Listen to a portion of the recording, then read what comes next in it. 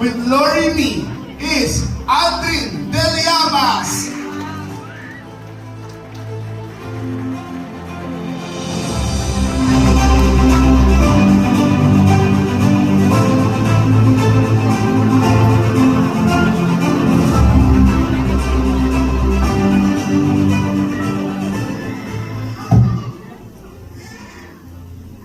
Isang mapagpalang hapon po sa ating lahat.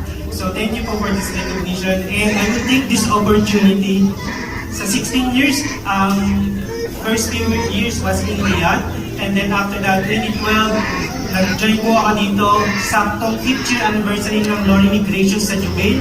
Tatlo pa lang sector ng Lori Me Eastern, ang Lori Me, ang loving sector, ang ating mother sector, faithful sector, and ang gracious na nasa Jubail. So tatlo pa lang po yung sector nun. Then pagkakaapat, joyful, ang patient sector, and so on, dumami. Natutuwa po ako at na-witness ko yung paglago ng Lori Me Eastern Churches dito sa Eastern Region. Dahil sa Riyadh po, 100 plus, almost 100 sectors. Dito po, natutuwa po ako because meron po tayong vision na magpalaganap ng salita ng Panginoon, church planting, and ang sasabi ko lamang po sa mga kapatid natin, even na may misunderstood po tayo, kailangan ang Panginoon po ang piniplease natin. Hindi po ang kapatiran, hindi po ang tao, because mapapagod po tayo kapag pinlease natin yung mga tao sa paligid natin. Yung mga ginagawa po natin, nakakakita po ng gusto natin ang Panginoon. So, ang pinaka-bottom line po is, mahalaga po, alam natin yung gift na meron tayo, number one.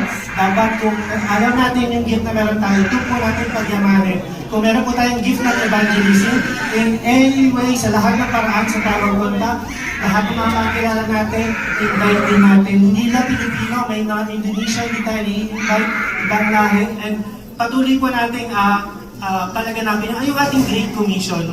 So, yun po. And ang huli po, mahalaga po na talagang panindigan natin yung faith natin. Kung na-offend man tayo sa simbahan, sa leaders, sa members ng simbahan, huwag po tayo magalit kay Jesus Christ. Huwag po tayo magalit sa Panginoon because hindi naman po siya naka-offend sa atin eh. Isang parte lang po ng simbahan yun, ba't po natin iiwanan yung simbahan? So hindi po yan yung mga valid reason para iwanan natin yung simbahan na kinabibelangan natin kung saan tayo lumalago ng spiritual. So yun lang po, to God be the glory.